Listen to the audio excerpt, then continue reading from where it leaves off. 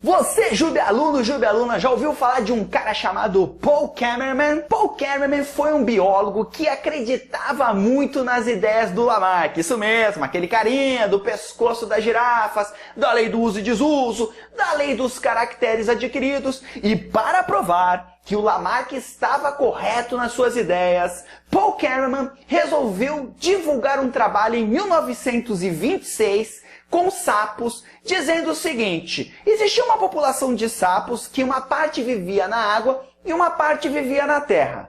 Porém, os sapos que viviam na água, eles tinham os dedos vermelhos, mais adaptados à natação, enquanto os sapos que viviam na terra não tinham esse dedo vermelho. Sabe o que ele falou? Ele disse o seguinte: vou provar que o Lamarck está correto. Vou pegar esses sapos que vivem na terra, vou fazer com que eles vivam na água, se reproduzam na água e depois de um tempo as gerações começarão a aparecer com os dedos vermelhos. Sabe o que aconteceu? Realmente os sapos começaram a aparecer com os dedos vermelhos. E isso, claro, provava que a lei do uso e desuso do Lamarck era verdadeira. Só que vocês não sabem da maior. Descobriram depois que Paul Cameron pintou os dedos dos sapos de vermelho só para dizer que ele estava certo. Meu, não acredito que o cara pintou os dedos do sapo para dizer que o trabalho dele estava correto. Quando ele descobriu que seria desmascarado, ele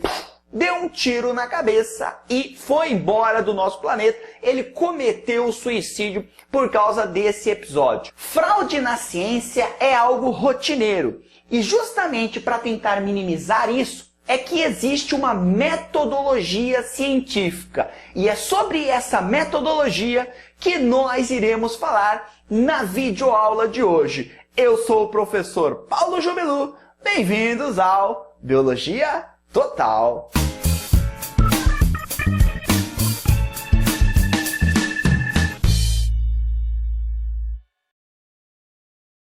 O tempo todo fenômenos naturais estão acontecendo no nosso planeta. E claro que o ser humano, curioso que é, está tentando o tempo todo explicar o porquê desses fenômenos acontecerem no nosso planeta. Só que, meu amigo, minha amiga, para que você explique algum fenômeno que está acontecendo no planeta Terra e para que este fenômeno seja aceito pela sociedade, principalmente pela comunidade científica, você tem que submeter as suas experimentações a uma metodologia, a tal da metodologia científica, criada em 1637 por um cara chamado René Descartes. A metodologia científica é um conjunto de regras que visa justamente padronizar o estudo da ciência no nosso planeta. Ou seja, observar algo e tentar explicar escrevendo no diário não dá. A metodologia científica é organizada em 5 passos. São eles, anota aí: observação, questionamento, elaboração de hipóteses, experimentação e conclusão. Nenhum fenômeno que não passe por essa metodologia será aceito como ciência. Aí passa a ser mandinga, mitologia, crença, mas não é ciência se não passar por esses 5 processos. Ai, Jubão, explica melhor esses processos, não tô entendendo nada. Bora lá então.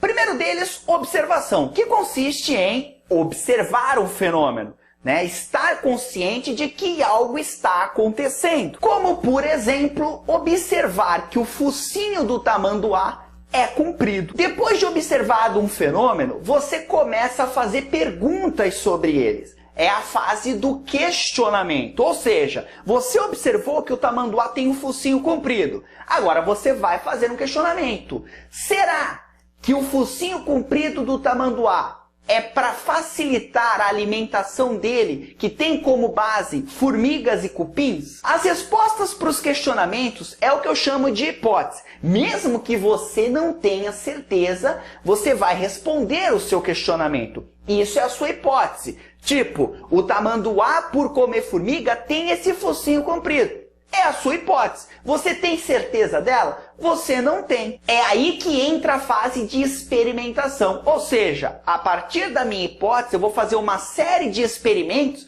para ver se essa minha resposta, essa minha hipótese é verdadeira ou não é verdadeira. Muitas vezes, a fase de experimentação de um trabalho científico envolve o uso de cobaias, envolve o uso de animais.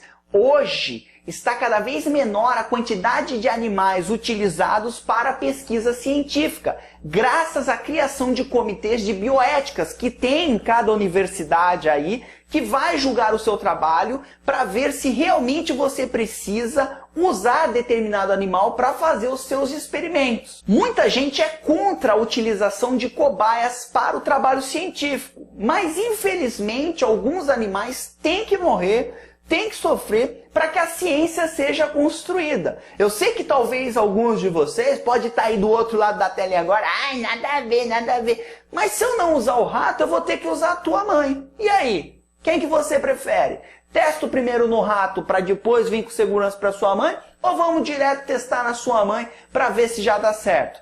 Esse é um questionamento que nós temos que pensar a respeito. Testou a sua hipótese, viu que realmente o tamanduá tem focinho comprido para comer formiga, você chegou à sua conclusão. Chegou a hora melhor de todas, é a hora de publicar o seu trabalho em uma revista científica especializada para que os cientistas tenham conhecimento das suas descobertas. A importância disso é que a partir do seu trabalho, novas perguntas serão feitas, novas hipóteses serão criadas e o trabalho a respeito dos tamanduás vai evoluir, vai se desenvolver cada vez mais. É por isso que a humanidade chegou onde chegou. O Homo sapiens de hoje não é mais inteligente do que o Homo sapiens que vivia lá nas cavernas. Não é mesmo. Nós temos a mesma inteligência. Ai, mas hoje a gente mexe com chip, com computador. Ei, nós só somos o que somos por uma característica exclusiva da espécie do homem, do Homo sapiens sapiens, que é a seguinte: nós somos a única espécie que ao descobrir algo registra por meio da escrita. Isso possibilita que as próximas gerações não tenham que começar do zero determinado trabalho, né? Então é claro que isso vai provocando uma evolução e um avanço do conhecimento científico. Agora, se você formular uma hipótese e através de vários experimentos conseguir provar que essa sua hipótese é verdadeira, ela irá se transformar em uma teoria. Então a hipótese, após muitos experimentos, ela pode se transformar em teoria. Importante salientar que a teoria nunca é uma verdade absoluta. Ou seja, a qualquer momento ela pode ser desmentida. Ai, Jubilo, então quer dizer que o cientista estava mentindo? Não exatamente mentindo, mas provavelmente ele chegou àquelas conclusões numa época em que o nível de conhecimento e o desenvolvimento tecnológico só possibilitava ao cientista chegar àquilo. Não progredirá mais. Com o progresso da tecnologia, com o aumento das informações, muitas teorias elas vão caindo e novas teorias irão surgir. O homem, por exemplo, já acreditou que dava para fazer rato com camiseta velha, farinha de trigo colocado num porão. Hoje, se você olhar essas histórias, você acha ridícula. Mas na época, com o conhecimento que eles tinham e com os recursos tecnológicos, uma galera aceitou e achou que realmente aquilo era uma verdade. E isso é que deixa a ciência algo maravilhoso, um tesão, porque ela está em constante modificação. Algo que é verdadeiro hoje, daqui a alguns meses pode ser uma completa mentira. Principalmente a biologia. O tempo todo novas descobertas estão surgindo. E isso faz com que essa ciência seja a mais maravilhosa da galáxia brasileira, do planeta Terra. Nossa, viajei agora. Jubão, tá muito difícil de entender isso. Então vamos para mais um exemplo. Você comprou uma banana da feira, chegou em casa, a sua avó, que está mofando no sofá, fazendo tricô há 58 anos e assistindo televisão, ela levanta, você reclama, aí eu só tinha banana verde, vovó, só tinha banana verde, vovó. A sua avó, sem responder, pega a banana verde e embrulha no jornal. Opa! Você observou um fenômeno. A sua avó enrolando banana verde num jornal. Agora vem o questionamento. Enrolar bananas no jornal faz com que elas amadureçam mais rápido? Agora você vai responder esse questionamento, criar a sua hipótese. Quando eu enrolo bananas no jornal, elas amadurecem mais rápido. Perceba que você ainda não tem certeza disso, então foi criada a hipótese. É na verdade o que você acha que vai acontecer. A partir daí você vai fazer o quê? As experimentações. Vai pegar um cacho de banana verde, vai enrolar no jornal e vai pegar um cacho de banana verde e deixar fora do jornal. Isso a gente chama de grupo experimental e grupo controle. Ai, como assim, Jubijubão? Num trabalho científico, o grupo experimental é aquele que está participando da experiência e que vai ser comparado com o que não está passando pela experiência, que é o grupo controle. No caso das bananas, o grupo experimental são justamente as bananas que foram enroladas no jornal. E o grupo controle são as bananas que ficaram fora do jornal. Depois de um tempo, você realmente observa que as bananas que estavam no jornal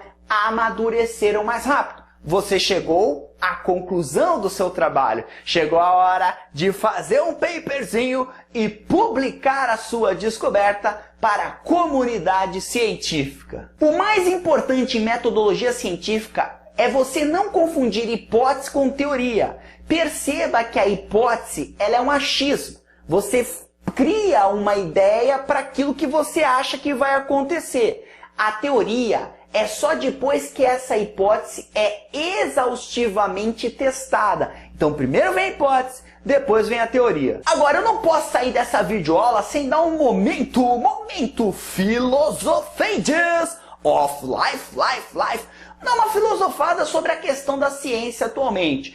Percebe-se que hoje a ciência não é tão feita com aquele amor que tinha antigamente. Ela é muito mais dependente de dinheiro. E isso traz uma série de problemas para o progresso da ciência no nosso planeta. Por exemplo, hoje muitos estudos são patrocinados. O problema de você ter um estudo patrocinado é que o cientista muitas vezes pode puxar a sardinha para o lado do patrocinador. Como, por exemplo, você é um cientista patrocinado pela indústria do cigarro. É muito provável que esse cientista comece a publicar trabalhos protegendo o cigarro, dizendo que não faz mal, que não dá câncer de pulmão e por aí vai. Um interesse meramente econômico. Talvez você deva desconfiar de um trabalho hoje que diga que o leite materno tem muito veneno e que não é bom dar para a criança. Só que o cientista que publicou esse trabalho, ele recebe verba de uma empresa que produz leite em pó. A questão do dinheiro na ciência também faz com que determinadas áreas sejam muito estudadas, geralmente quando as suas descobertas vão gerar grandes lucros, e outras áreas sejam abandonadas ou não sejam tão estudadas. É o caso, por exemplo, dos antibióticos. Hoje estuda-se pouco antibiótico. Por quê? Porque não dá lucro. Porque a pessoa usa antibiótico por um curto espaço de tempo e depois para de usar. Para que a indústria dá dinheiro? Para o estudo de doenças no qual o medicamento é crônico. Diabetes, por exemplo, tem uma porrada de gente dando dinheiro para estudar. HIV, AIDS, uma porrada de gente está dando dinheiro. Por quê? Porque o paciente vai tomar medicamento a vida toda. E é claro que isso é muito mais importante do que você produzir antibióticos para doenças que afetam 2, 3 pessoas no planeta por ano. Infelizmente, hoje, o dinheiro é a maior motivação para fazer ciência. Bora parar com esse papo de Philosophies of Life? Vamos fazer um exercíciozinho, Joe, para ver se você entendeu direitinho essa aula. Biribicatabamba! Questãozinha da Universidade Estadual do Rio de Janeiro. Até o século XVII, o papel dos espermatozoides na fertilização do óvulo não era reconhecido. O cientista italiano Lazzaro Spallanzani, em 1785, questionou se seria o próprio sêmen ou simplesmente o vapor dele derivado a causa do desenvolvimento do óvulo. Do relatório que escreveu a partir de seus estudos sobre a fertilização, foi retirado o seguinte trecho. Para decidir a questão, é importante empregar um meio conveniente que permita separar o vapor da parte figurada do sêmen e fazê-lo de tal modo que os embriões sejam mais ou menos envolvidos pelo vapor. Dentre as etapas que constituem o método do científico, esse trecho do relatório é um exemplo de... Tá na cara aqui que ele está falando de como deve ser executado o experimento.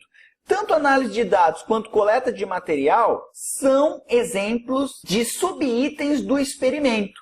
Logo, aqui você só pode ter como gabarito letra D de damos um duro danado, planejamento do experimento, questãozinha super molezinha. Tranquilo o exercício, né? Então não tem erro. Não esqueça então que a metodologia científica, ela passa por 5 passos: observação, questionamento, elaboração de hipóteses, experimentação e conclusão. Sabendo disso, não tem questão que vá pegar você nessa vida, meu amigo e minha amiga. Foi um grande prazer tê-lo aqui ou tê-la aqui nessa videoaula hoje. Um grande abraço.